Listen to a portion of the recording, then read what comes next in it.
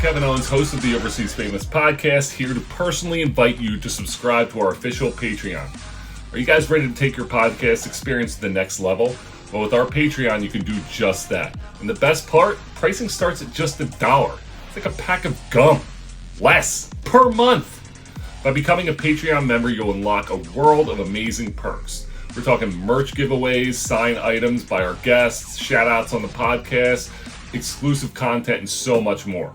Not only will you guys get to connect with me and the Overseas Famous community on a deeper level, but you'll also gain access to behind the scenes content and early episode releases. So don't miss out on this incredible opportunity. Join our Patreon today and become part of the Overseas Famous family. Together, we will make podcast history. Thank you for your support and can't wait to see you on Patreon.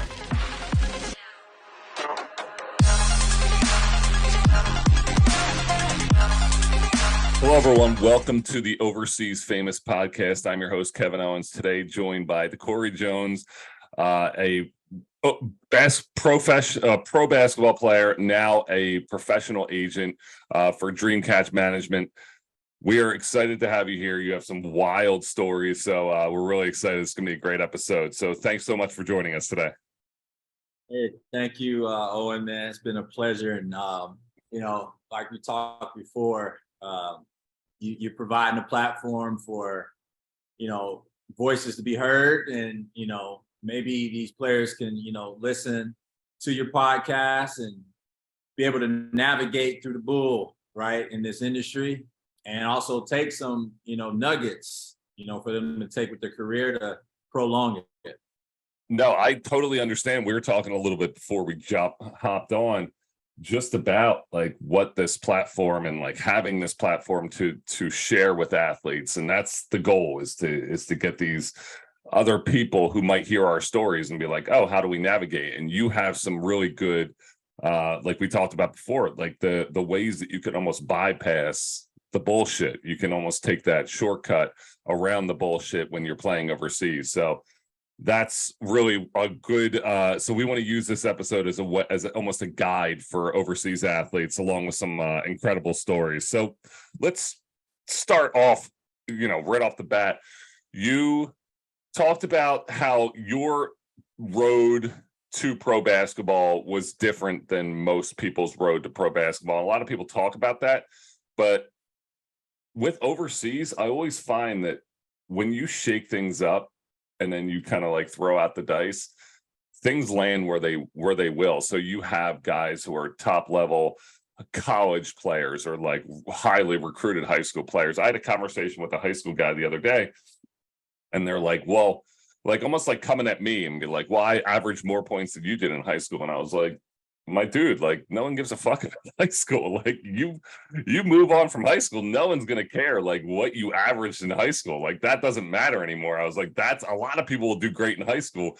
I said the funnel kind of goes a little shorter, but like it's like trying to teach these kids, and they're like, well, what did you do in high school? I was like, I didn't play until my senior year, because every story is like a little unorthodox. So when players come at, like you had an unorthodox road, NAIA, Faulkner University, and then you made it to pro. So take us through that initial story. You're coming into school, you're playing college basketball, but you're trying to work your way in. Was overseas or professional basketball a goal when you really were playing in college and high school? Yeah, so honestly, when high school, my goal was to play college basketball. That was my biggest goal. And I could, even when I was a kid, I remember myself, getting a paper ball and crumbling up some paper, making a ball and shooting on the trash can, pretending like I played for Kentucky. I remember those days. And then when I got to high school, that's when I figured like, man, this is my chance to be able to like, all right, I can show myself college is around the corner. Let's get to college basketball. So, went to a small school, 2A, nobody knew me, Oakdale, Louisiana, Glory Road story, team that was counted out, never, made it this far since 1995 in the playoffs and made our run and, end up losing, in the semifinals. But I had 2 colleges looking at me, and that was unheard of coming from that school. Someone getting looked at to go play college basketball. It just didn't happen. So, got to college, first college was East Texas Baptist University. Shout out to Burt West. Go Tigers. I mean, Division III. I didn't know anything. I didn't know any better. I just said, man, this is college basketball. I didn't play AAU, and, I didn't have the resources for it. I had to travel 2 hours to get there. My dad was working, my mom, she was working. So it's like, man, I didn't have that AAU platform everyone else did. So I wasn't ranked coming out of high school. Nobody knew me. So, but my mind wasn't set on what college I landed. I wanted to play Division I basketball. I sent out tapes. I made my own highlight tapes and everything. This is when we had the CDs. So I would mail them off. I would mail them off to Kentucky, Duke, Kansas. And I'm this 165-pound kid, right? That can just shoot, thinking I can, I was built to play at that level. Oh, man. So, but that's where my mind was. I knew I knew here I was worth that. Yeah. My body just ready. And I think that's how I had this unorthodox landing to play professional. The mind, it's real, man. So to get back on story, I got to East Texas Baptist University. I went through the preseason, 3 meals per day, study hall, did the whole 9, played a full season, but I never got on the court. Right, I was playing behind sophomore, juniors, and seniors, and the freshman thing. Got to work your way up, earn your stripe. Hey, carry the bags. Hey, sit here on the bus. I didn't like that. I said, I know I'm busting your ass at practice. I should at least be getting on at least 5 or 10 minutes, at least, because I know I'm busting this sophomore, junior, and senior's ass. Mm-hmm. So I went to the coach and said, hey, man, I'm transferring, and I've educated myself as well on, man, I should have went junior college out of high school, but I didn't have anyone in my ear. I didn't have any mentors. I didn't know what to do. My dad didn't know what to do. We had our glory road in high school. Like, that was it. Yeah. So get to, had a connection, end up going to Bossier Parish Community College. Once I got there, I said, here's a platform to where I can, maybe play for a scholarship. That was my next goal, play for free. Yeah. I was paying 20, I'm still in debt, like $20K from ETBU, and I played 1 season. So I'm like, man, I would have stayed there for 4 years. Who knows? Shout out to Joe Biden, dude, get to Bossier Parish Community College. I mean, Juco college, man, it's just free for all. There's more lax rules. There's no systems in place. Guys are all coming in from different cultures, regions, religions, playing styles. So we're running the triangle offense with dudes that come from Division I or dropouts, high school guy. Like I said, man, this isn't gonna work. Had the worst season at Bossier Parish Community College, as a team. We just had no chemistry or unity. But my mind was saying, hey, I'm going to school for free now at a junior college, and I've been on the platform to play against the top Division I talent. Somebody is going to see this film, or my name will get dropped somewhere. I'm a 3-4 versatile guy. I average about 10.2 points per game. Something's going to happen. Get recruited. Tyler comes after me, Division III again. I'm like, no, I'm not doing Division III. Nice school. No, I can't do it. So I waited and waited all summer. Get this phone call from my coach. And he said, hey, Corey, coach called me from Faulkner University. He's looking for You know, 3-4 athletic, can shoot, stretch the floor. You know, I gave him your name. You know, he's gonna call you later. Cool. Faulkner University, what the hell is that? I get the phone call. It's the coach, Coach Sanderson. Shout out to Jim Sanderson. He calls me and was like, "Yeah, we're NAIA Division One." I said, "Okay, what is that?" You know, and you know, I'm not educated, man. So what is that? Like, Yeah. and he tells me what it is, and I'm like, "Oh, you guys give full scholarships? Sign me up."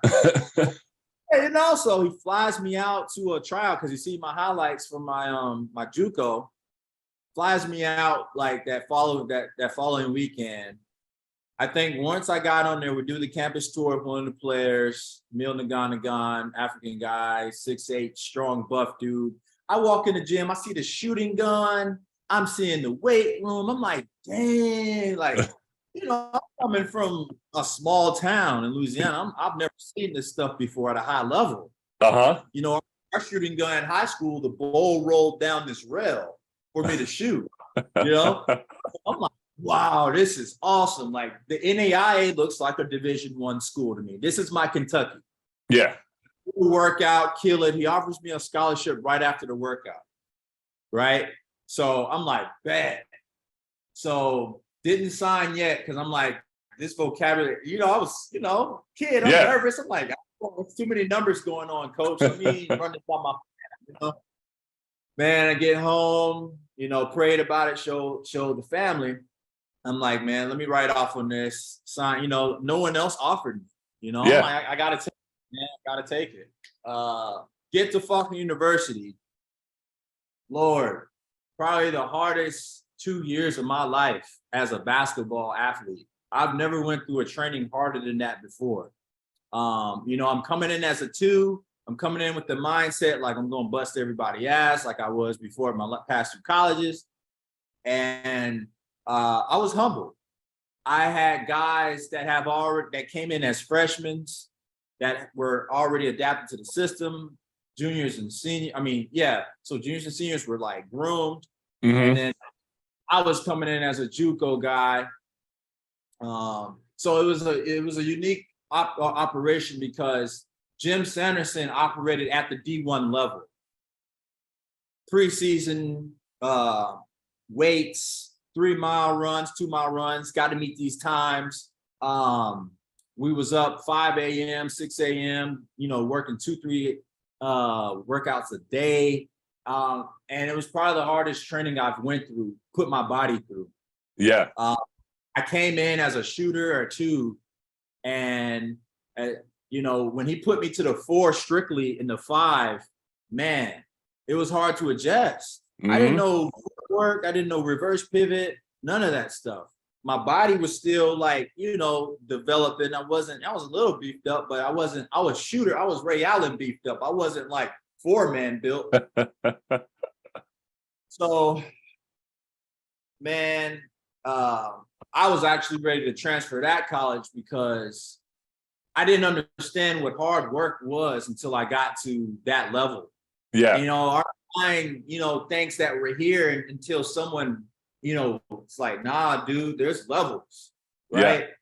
Yeah. And my dad told me, he was like, man, you got to stop jumping around. You got to stay somewhere, man. You know, you got to learn how to like persevere through adversity. You know, something's going to be on the other side. Just stick it out. Uh-huh. So I'm like, man, I said, this guy is a nutcase, man. He's yelling at me all the time. He's yelling at the players. I'm talking about like Bobby Knight type stuff. Like it was like that in practice. So I just wasn't used to it, man. And but to get it, I have to tell this story background so y'all everyone can see how this got me overseas. Yeah. I went through 2 years of nut training, like heavy rope, 33 on the clock after a missed free throw or missed offensive rebound, like we're running after every mistake, nut training. But my body had transformed over those 2 years. And I didn't realize that. I also developed the mindset of a 3-4, 4-5. I could play all positions through this training. My mental was on another level. Nothing could hurt me. I've been yelled at. The ball's been thrown at me. I've thrown the ball back at him. I was muscular. I was jumping out of the gym. We had the Vertimax. I was a transformed player. I was now I now had a Division I body, had a Division I skill set, and a Division I mindset. As far as IQ goes. Yeah. Right. I'm not going to say Division I mindset like these guys are like, smarter than guys that are in NAIA. I'm just saying it's like IQ wise, like skill set, I have that. Cool. Yeah. How do I get overseas now?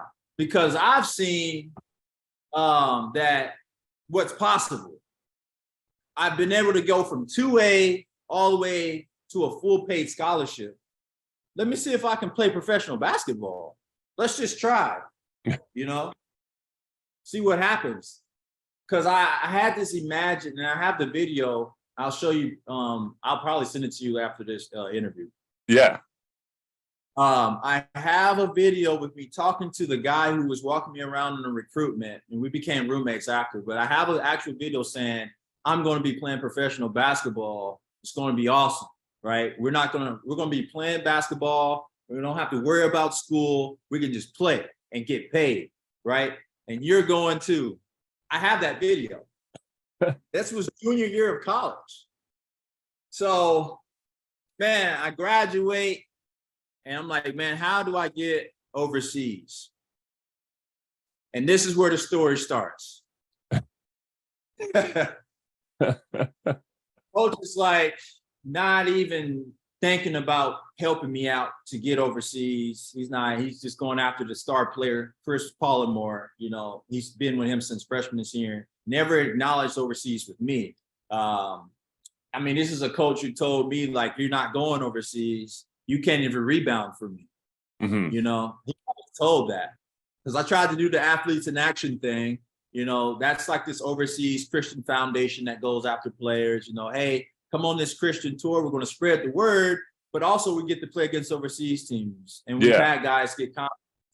I pursued that route. I tried to, but it fell through. But he had received that letter for a reference. And that's why he had made that quote. Like, what is this letter? Like, you can't play overseas. You can't even rebound for me right now. Say, all right, bet. Took that to heart in my trainings. I literally spent that whole time at Faulkner University because, you have summer school.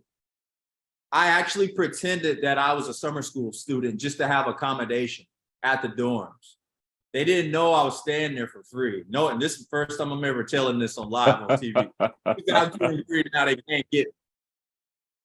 So, they can't do anything now. You're good. That statute of limitations is it's over. You're good. It's over. So, man, I'm in a dorm room just using that facility. So, because I knew I could use the gym for free. I knew I could use the weight room for free. I knew I could run and do all that stuff to get ready, prepare my body for overseas. So I'm like, well, how do I get overseas? I'm doing all this training. How do I get over there? I don't have an agent.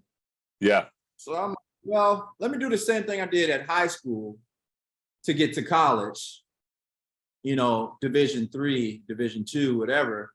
And then let me replicate that process to get to overseas. Make a highlight tape, send it out to coaches, rinse and repeat. So I go on Eurobasket and I'm just sending out my stuff, all my college highlights. Agents are like, no, you average 6.6 points per game. No way. We're not taking you. Agents, coaches, everyone. No way I'm getting overseas. I didn't know. This is me again, just a kid with no advisor. I get a phone call, and this is why I had to tell this long story, man. I'm sorry I'm long-winded. No, you're good. I'm intrigued. And this is where the journey is so important to the players and anyone else watching this life in life general. That Division III school that I went to set me up to be able to reunite with my past teammate that was a senior that year. Jeremiah Poja calls me and was like, Deco, I'm coming to Atlanta. There is a tryout to play professional basketball. It's a platform called the WBA. They provide a platform for players to come to. You can get drafted if you make, in a tryout to play on a summer league team in Atlanta and then promote you to overseas teams. It's exposure, you get stats, you get film, everything. I said, man, I don't know about that. I'm thinking about the money. I'm like, man, how much is it? Man, I'm like, I don't know. We gotta get a hotel. I think let me run it by my dad and everybody else. So my dad was like, dude, like, it's a no-brainer. Like, if you don't make it, you don't make it. But I mean, it's just, I think it was like $200 for the trial fee, which is peanuts compared to what they're paying today. Exactly. Yeah. We'll get into that soon. $200, and it's already in Atlanta. It's on my stumping grounds. I'm already there. I was in at Montgomery, Alabama. That's where Faulkner is, but to get to Atlanta wasn't a far drive. So I'm like, yeah, cool. Me and Jeremiah split the cost, and my sister actually sponsored the hotel, right, for a graduation gift. All right, cool. We get to the tryout. I mean, it's like 60 other guys there. I'm like, what the fuck? Like, what? How am I going to compete with this? Like, who's going to see me? You know what? I'm gonna just do my best and see what happens, man. So one thing I do know, Owen, I knew, like, all right, shooting is not going to impress nobody. Shooting only impresses someone if you're shooting at a clip, 2, 3, 4 in a row, right? Like, we know you are a shooter, or we know you are a scorer, right? I was like, I'm a 3-4, I do everything. What is going to, like, put eyeballs on me? I need an eye check. All right, dunk. Just dunk everything. I knew I could shoot. Just make a few jump shots, but dunk everything. Warm-ups, drills, and games. Just dunk everything. Yeah. And that's what happened, man. I went to that tryout just dunking any chance I got. And it made some of the highlights that they had filming, whoever was filming the workout. And they put a film together. And I made sure I talked with a few coaches as well. I mingled just to let them know who I was. And, I had a few come up to me and ask me my name. And that's when I knew it was working. Cool. 2 weeks goes by, after they tell us, hey, you're going to get a call in 1 week, if you got, drafted, look on the website. I'm looking at the website after 2 weeks. I'm like, dude, I didn't get drafted. I'm seeing the names on these teams. I called Jeremiah. He was drafted like number 2. And I'm like, bro, I didn't get drafted, man. Like, what the heck's going on? I thought I killed it. These other guys, you've been to a workout or a trial. You're going to have those YMCA games, man. Yeah. And, high school and then mixture of professional, mixture of everybody in there.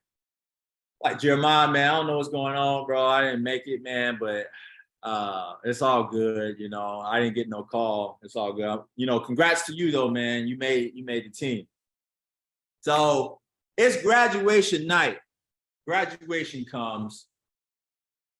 I get a call. I'm at the hotel with all the family sitting poolside. It's 11 at nighttime. I'm happy I graduated and all, but bittersweet. I didn't make the team because I'm still working at Walmart. So I'm like, shit. After tonight, I'm signing a lease on an apartment, and I'm going to work at Walmart until I find a real job with a business. I didn't even know what I wanted to do. I'm super depressed at the pool, but showing a smile to my family, right? I get a call from Coach Gibson, and I'm like, who is this? He was like, this is Coach Gibson and Conyer Court Kings. And I'm like, well, what's going on, Coach? He was like, yeah, man, he's calling to let you know, are you still available? And I'm like, yeah, I'm still available. I didn't see my name get drafted. He was like, well, we drafted you, man. Welcome to the Kings. It's like, what? So I'm like, Hold on.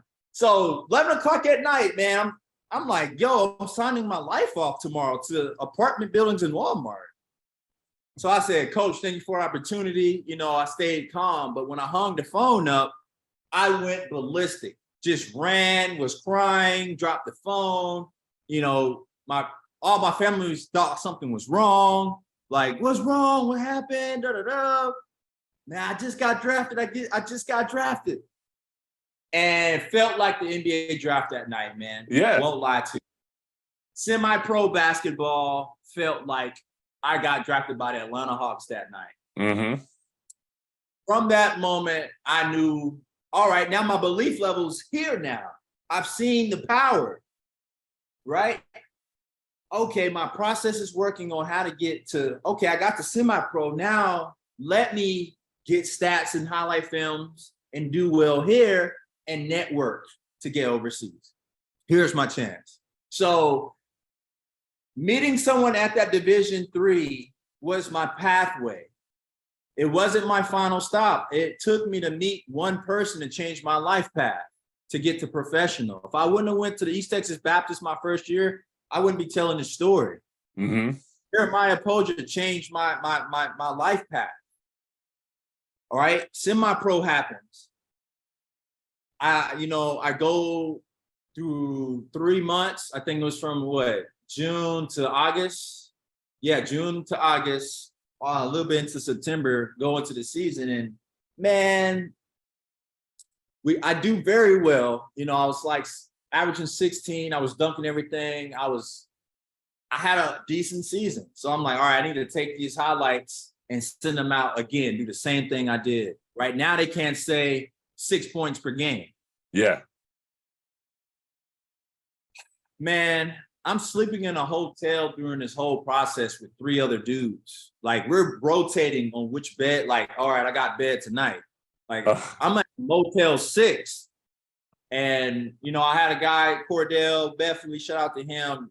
You know, he invited me to live with him, you know, while this whole process was going on. His mom invited me in too.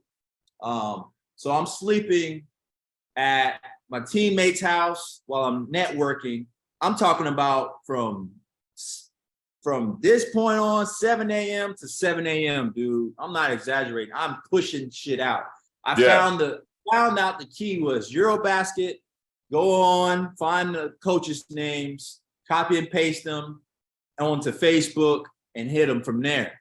Before anyone knew this, right?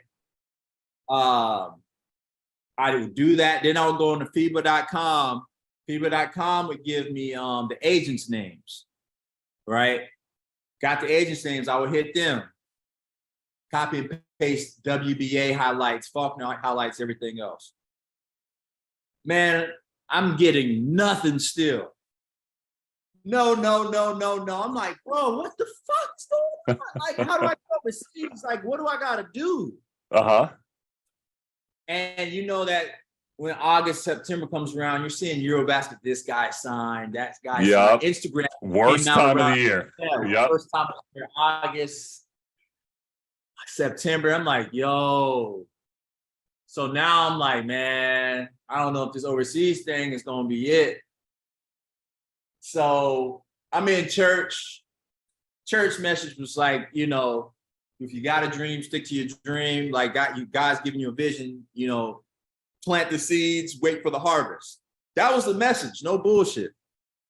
I open up my phone after church. I see a long written out email from the president of the Malaysian Basketball Association saying, Jones, I like your profile. There's a team looking for someone like your style. I'm going to forward it on to the coach. I said, perfect.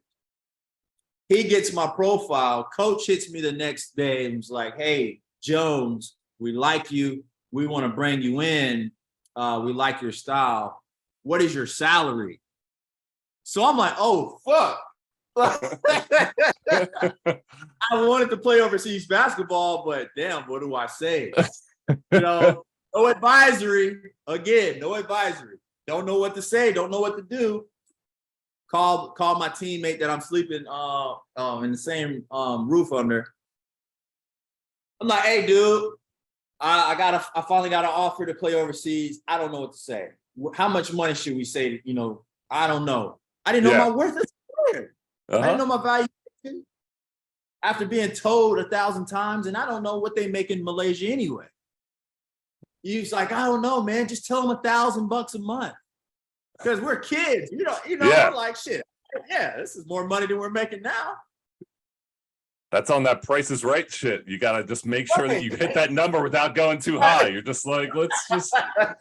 Right. So I'm like, yeah, 1,000. And dude, I just typed in 1,000 per month.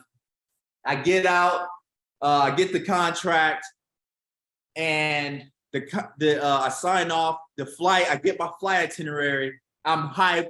I'm announcing it, telling everybody what's going on.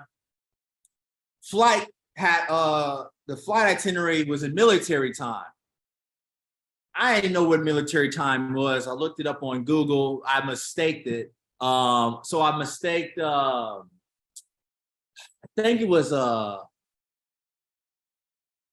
what was the time? 1758, something weird like that. Yeah. And that's 5:58 converted. So I'm thinking it's a nighttime flight. Did the conversion wrong.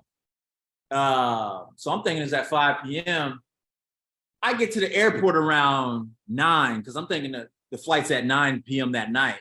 Yeah.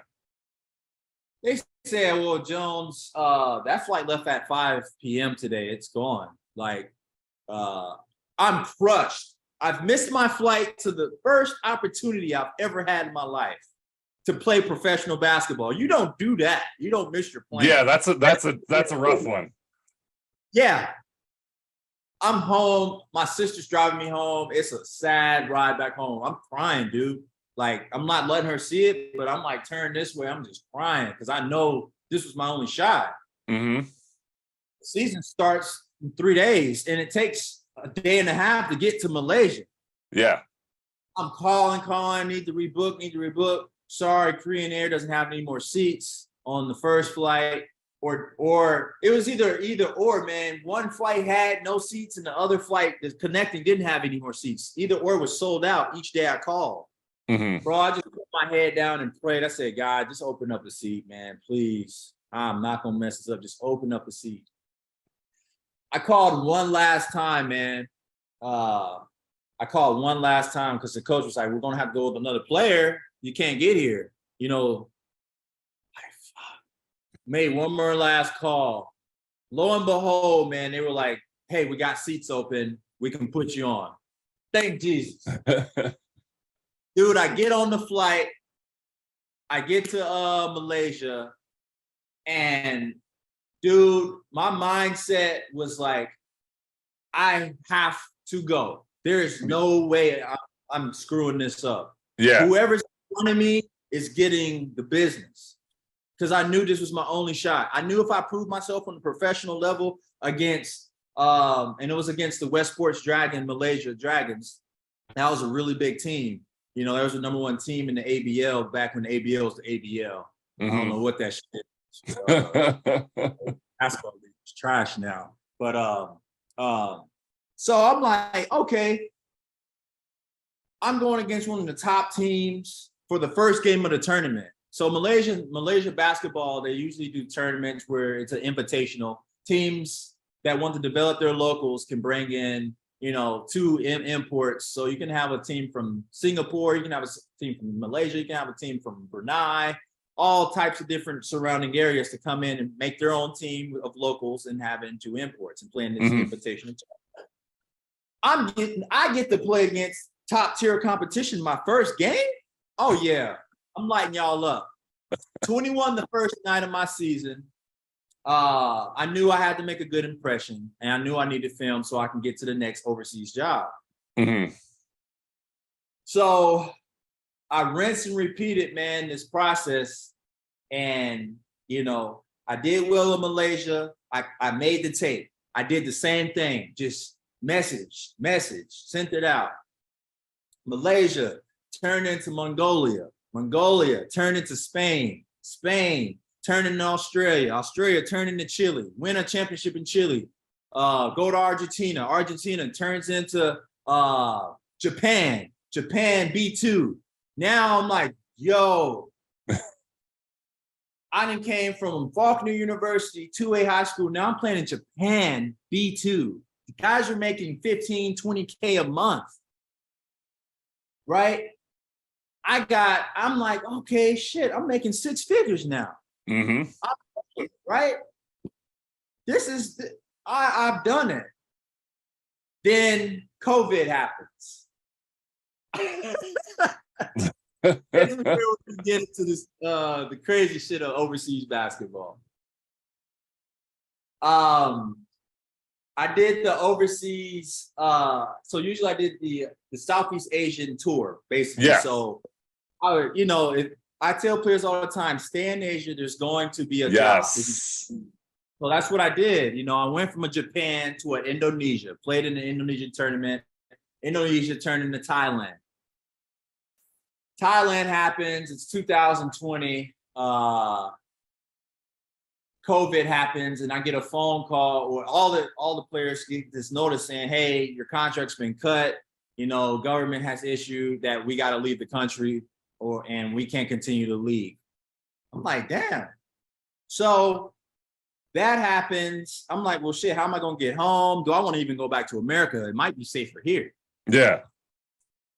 Agent, I'm calling my agent. I'm like, hey man, I need a flight to go to Brunei. I said, let's go, I'll go to Brunei. That's I had like some coaching stuff out there. Maybe I can just coach while this, it's probably Ebola. It'll pass over. Yeah, it's quick. It'll be fast. Oh man. Lord, did I know. I get flown to Brunei. COVID is just nuts now. Mm-hmm. I'm living literally with an old Chinese lady and 2 other expats, right? Because I didn't have a roof over my head. I was just going to, pay a little rent here, let some time pass over until I can get back playing. So it's just Ebola like that. Man, I get a message on my phone. I'm talking about like Amber Alert. One of those went off on my phone. What is this? The message literally said this: if you are an expat and you are under a tourist visa or you are under a working visa, you are not allowed to leave the country if you're not. And I'm like, what? So now I'm like, what is this? So I'm stuck looking at this message. I'm like, all right, I'm not allowed to leave Brunei. Then the next day, America, we're closing the borders. No one can come in. Then everyone just started doing it. Everyone's closing the borders. Yep. All right, now this thing's serious. I'm in the country of Brunei, population 500,000, Muslim country. And I say that because there's strict rules in place. You can't have your shirt off at the pool, or, it's Ramadan season. You can't have food out. It's disrespectful, around them. We had these, we had the green card things to where, like, if you were green, it meant that you were not infected with COVID. If you were red, it mean you had COVID and they turned you around. Or, it's like some weird, like, identity, like, what's that show called? It's very dystopian, like that. It was one of those, the technology show. I can't remember the name, but they were like, anyways. So basically it was I had this ID on my phone letting me know that I'm good. I can get into the store with this. This was like my new passport. I can get into stores with this. I can go outside. I can go to parks, whatever, But everything was locked down. It was a ghost town. So I'm like, well, what do I do in a country in Brunei? I'm here for 2 years. And it's like, what do I do? I ended up running a whole basketball academy while I was out there, Omni Sports. And I'm talking about groomed it from the ground up. I mean, the processes, the workouts, the systems. But we were unable to like have kids. You know, we're just planning it. Yeah. During this whole, like, all right, we can do XYZ here, do XYZ there. So I'm like, all right, things start opening back up. I'm thinking, all right, let me just stay in Brunei. Maybe something's going to shake. Man, Brunei was one of those unique countries to where we only had 3 or 4 cases. You know, they tackled it early. Yeah, they tackled it early.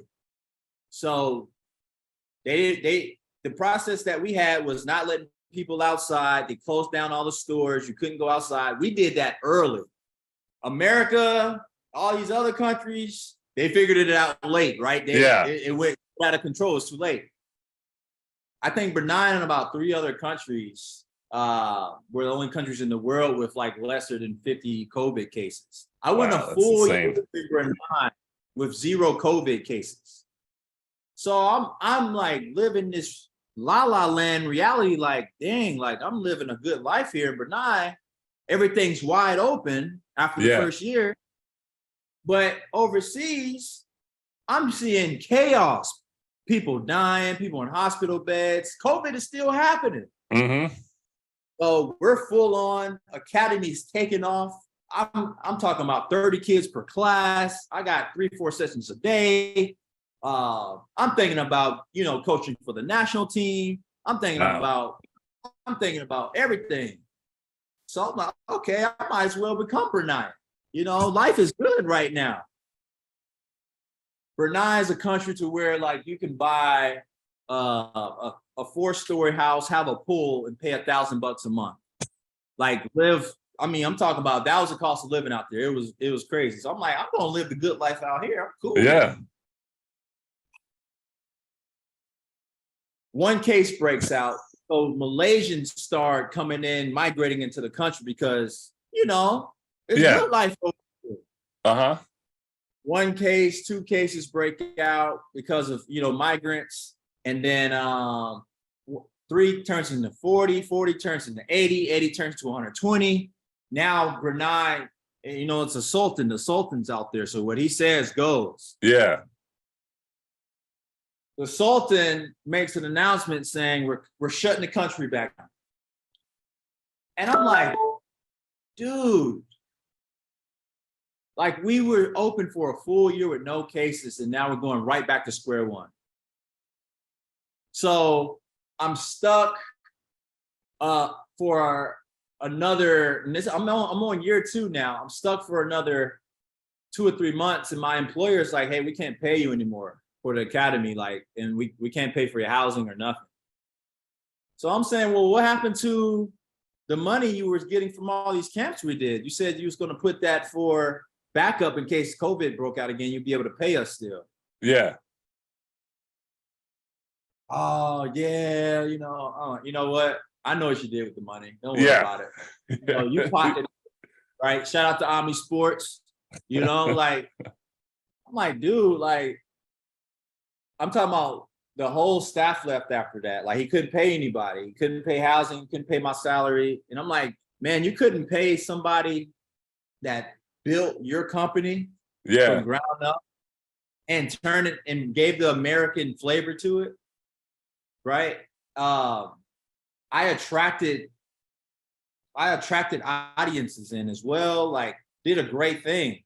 I played in a local tournament they have, the Sultan Cup, won a championship as well. Like I became like this small, like Kobe Bryant for Brunei. Like people looked up. I was the only American there. So I said, all right, I learned a lesson. Never build somebody else's company. Uh-huh. You know, work hard, do well, but never build somebody's company too long. Mm-hmm. And I took that lesson to heart. 2 years with this guy, building an academy, just for him to, you know, hey man, I'm done with it. Can't do nothing.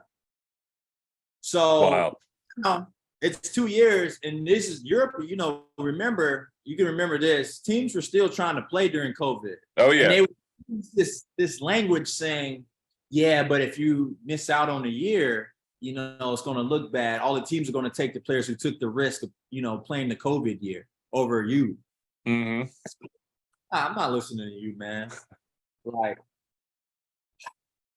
I get home and I'm seeing, okay, one, there's a gap in my resume. Yep. Two, I've been playing in Thailand, subpar league, played in Brunei, played in Indonesia. I seen the downward spiral happening with my basketball career. Mm-hmm. Because you got labeled like that when you're, like you said, if you're a European player and you play in Europe, like you get labeled as a European. If you play in Asia, like you're labeled as an Asian league player, and people were like, okay, that's where they're going to play. They're not going to move to Europe. We're not going to take them in Europe or another place. It's crazy.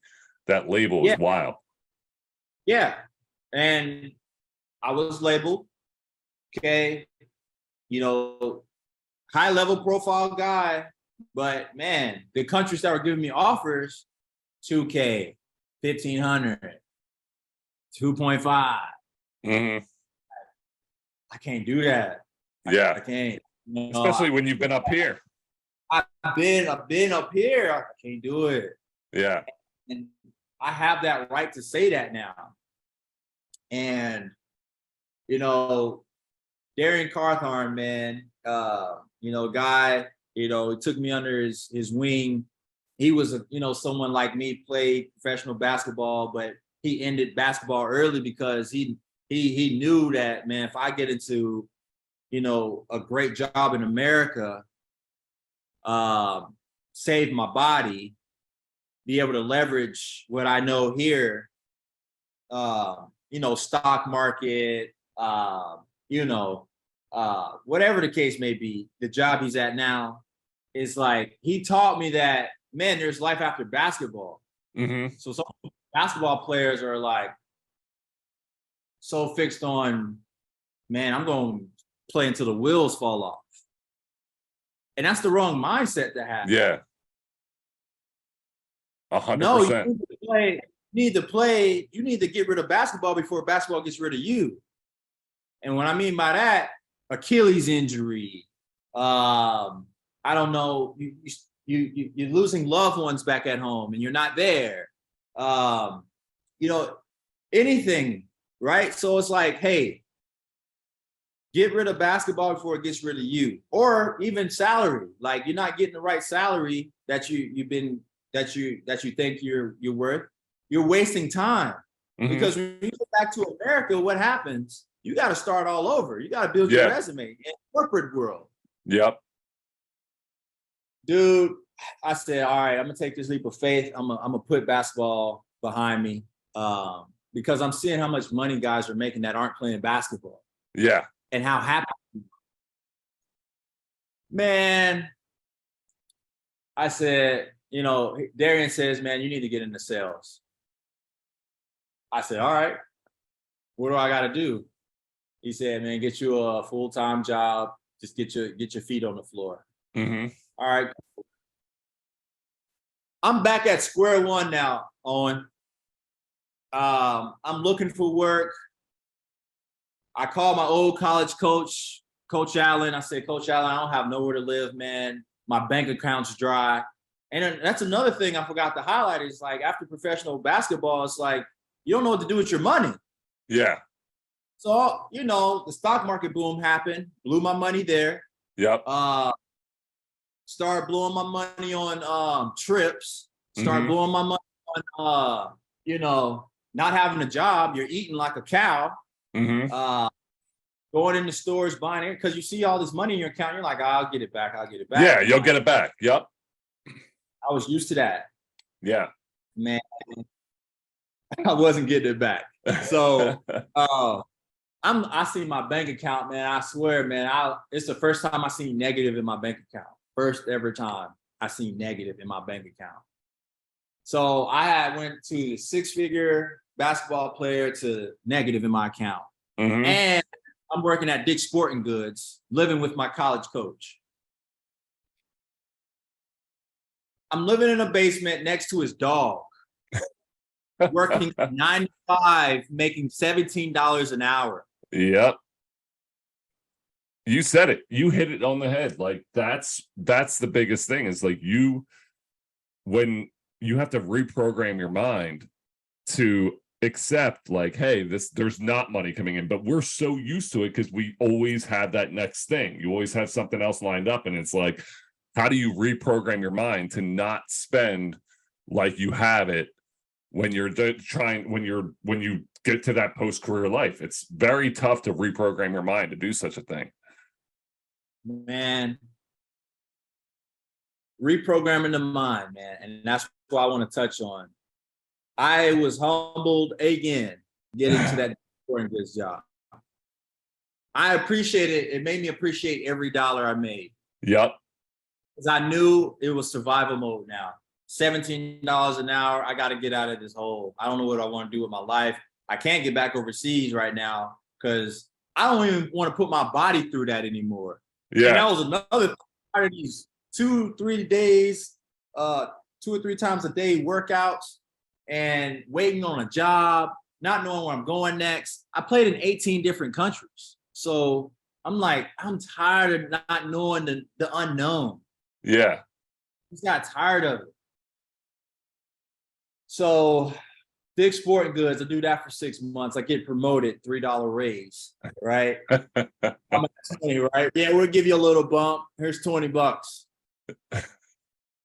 I said, man, I saved every dollar. Yep. I would put, I'll put a little percentage into the stock market, just dollar cost averaging, and then I'll put little into my savings. And then my coach, man, God bless his heart, I was paying like $200 per month for rent and helping him with his coaching business. Yeah. I'm also working for Atlanta Hawks as well. So yeah, so I got to coach for the Atlanta Hawks that summer, putting in an application during COVID, and on the humbug, they called me. And I'm like, oh shoot, like this is real. Like I was just like, if it happens, it happens. Fuck it. Let's see what happens. Yeah. But once I gave them my Brunei story, how I built an academy, and I run my coaching camps back in Oakdale, my town, and all blah blah blah. And I played professional basketball. They were like, oh yeah, sign the contract to, coach for Atlanta Hawks. But that was hourly work as well. Yep. So it's like, I'm working these jobs. I'm working 3 different jobs right now, and I'm saving every dollar I can. Dick's Sporting Goods, Atlanta Hawks, and the coaching. I'm tired. Like, you've coached before. And if you're coaching 6 a.m. session here, 1-on-1 here, Atlanta Hawks team session there, and you're driving at the same time, Dick's Sporting Goods to finish the day. I said, It's man, exhausting. Yeah, it's exhausting. So I said, all right, now how do I replicate what I did overseas with overseas basketball? How do I create a highlight tape with corporate and send it out to employers so I can, make some good money doing sales? I get this call from this company, Brookberg & Co. Shout out to them. They still owe me a shitload of money. They bring me on. It's one of those multi-level marketing companies where, hey, you sell this amount and then you're able to train 2 other trainees. Yeah. And they sell a lot. You can move up and then own your own office one day. That pyramid. It was a pyramid. Yep. I'm like, oh my God. I was getting paid by Cash App. I was outside in the rain selling CBD. Like I had a bag of CBD that was like painted really nice. And, I had to influence business. I was going business to business, influencing people why CBD is a healthier option than taking. Yeah. I'm going to Popeyes, I'm going to beauty salons, I'm going to Dominican Republican barbershops selling CBD out of a bag. Like, what the fuck? Now I'm asking God, yo, I don't know what's going on, but I'm humbled. I'm in the rain, it's cold, I'm humbled. I've worked Dick's Sporting Goods, I've worked 3 different jobs. What do? I get a call from Zyflow. It's a company out of Poland, tech company. So I was like, man, tech sales, right? Yeah, that's 6 figures. You can get to 6 figures real quick in tech. Yes. Right? Oh, yeah. Here they start off at like 60, 70, just base. And then commission is, unlimited. Sign me up. They say, are you willing to relocate? Yes, I am. Where do I go? All right, Dallas, Texas. Cool. So the process I used with overseas basketball, I did with corporate. Yeah. And that Malaysia contract that happened for me was actually tech sales for corporate for me. Okay. So first day on the job, right? I traveled with the full, I packed everything up that I had in Atlanta, signed off on the agreement for the tech sales job. First day on the job, my mom dies.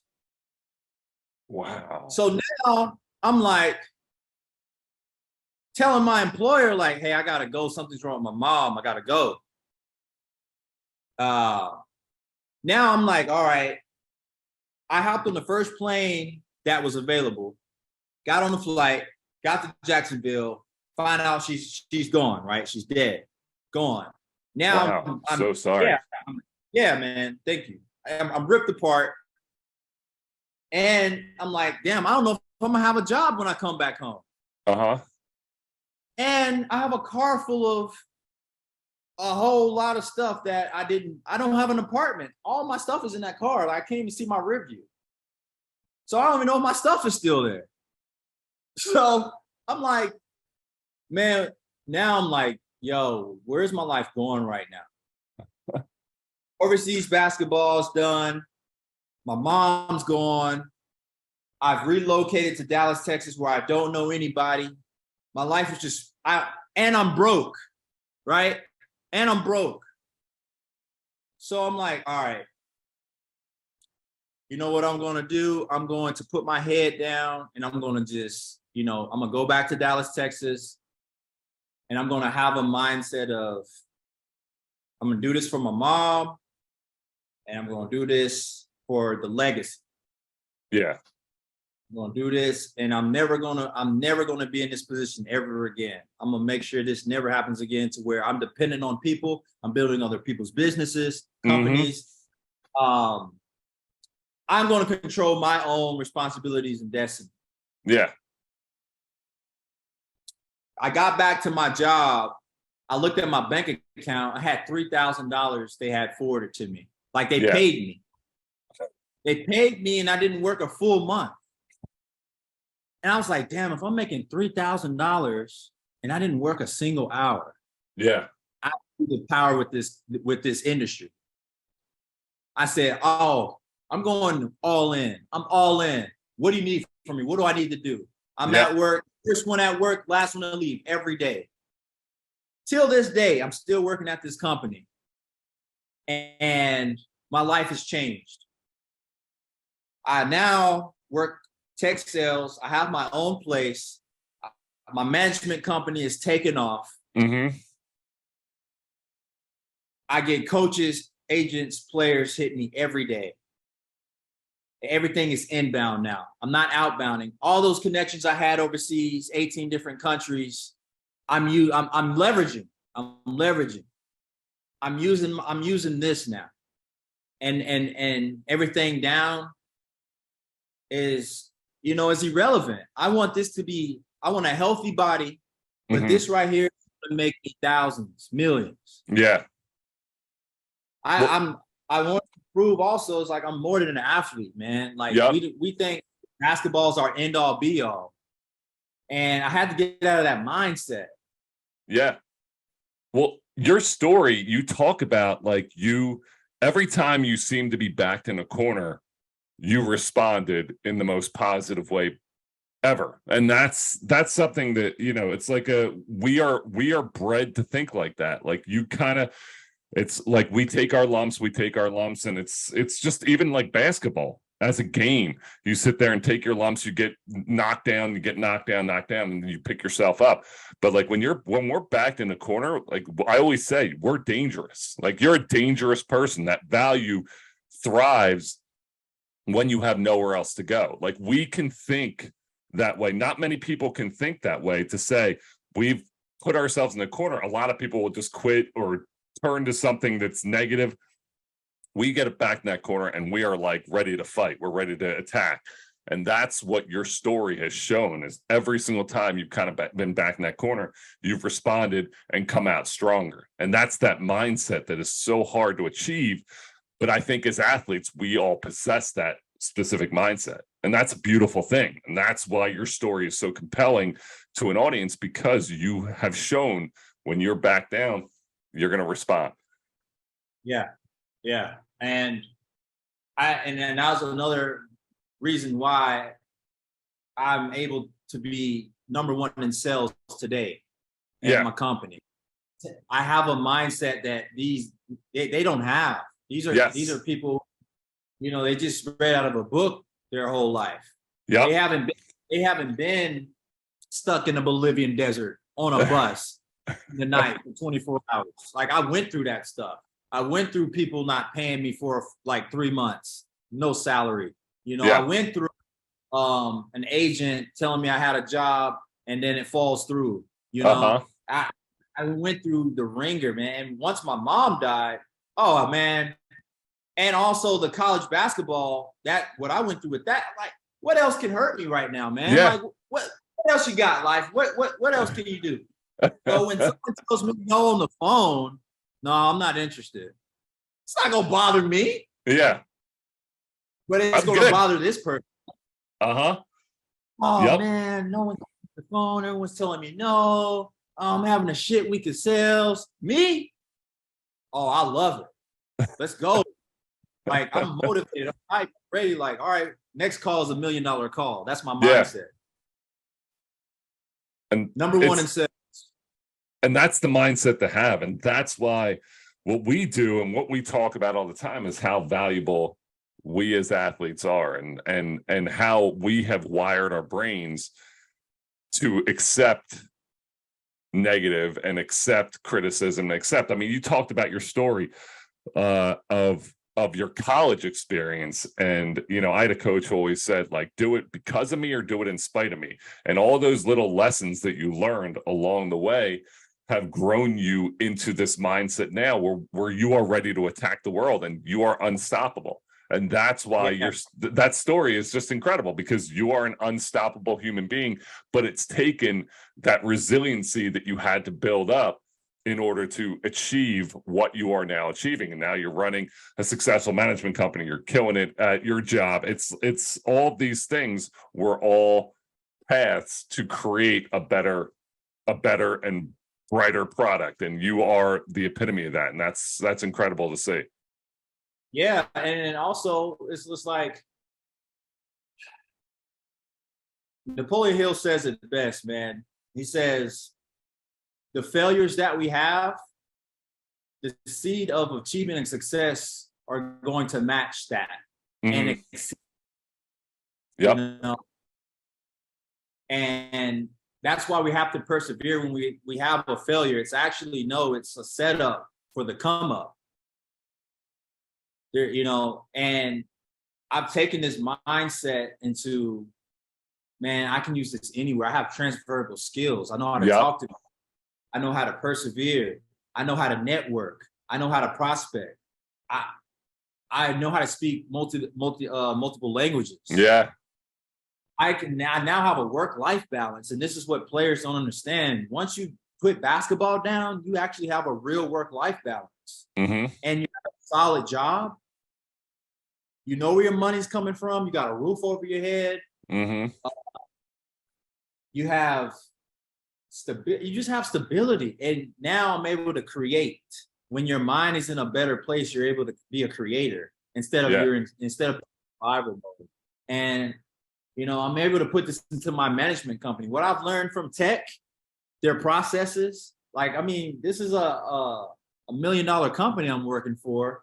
Of course, I'm going to learn from them. Let me apply this to my company. Yeah. This is amazing information. Oh, let me take this software here. Let me take this vocabulary here. And now my company is being able to get the rewards. Yeah. But yeah, man, that's where I'm at now. I'm running a management company. I'm able to travel when I want.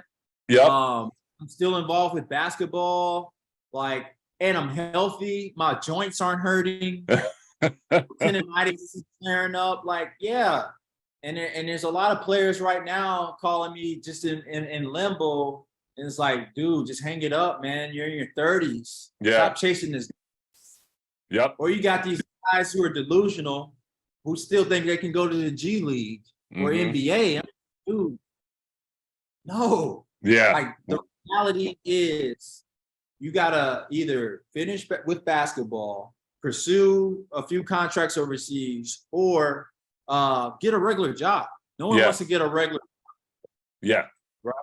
But it's not about that. It's get a job and leverage it into your own business. That's exactly what it is. You take those skills, you apply them to something that maybe, like you said, you're working for someone else and building someone else's wealth, but it's all teaching you how to build your own and how to sustain that wealth. Because I always say, we talk about all the time, most careers are 5 to 6 years long.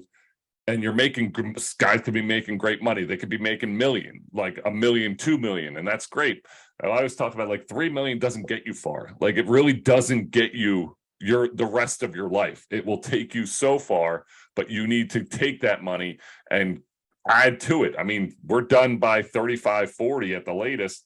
Yeah. And then what? And then you have 40 years of life that you're not thinking about. And that's what we're always pitching. Hey, you got to get that shit together, because those 40 years are going to sustain you. You're not making that money's not sustaining you for the next 40 years of your life. You need to start thinking about that next step, what's happened next. And it's hard to teach a 20-something-year-old to be hey, you have to think about your future, because they're this is my future. And you're until like you said, you always have to be prepared for an injury, something like that. Something's going to change and it's going to be different. But it's crazy, because I always tell my producer, he's keep it 45 minutes top. We've gone for an hour and 15 minutes, but I don't give a fuck, because this was so important. Because I think this whole entire situation needed to be, your story is so inspiring. Your story is exactly what players need to hear. So I appreciate you coming on, telling your story.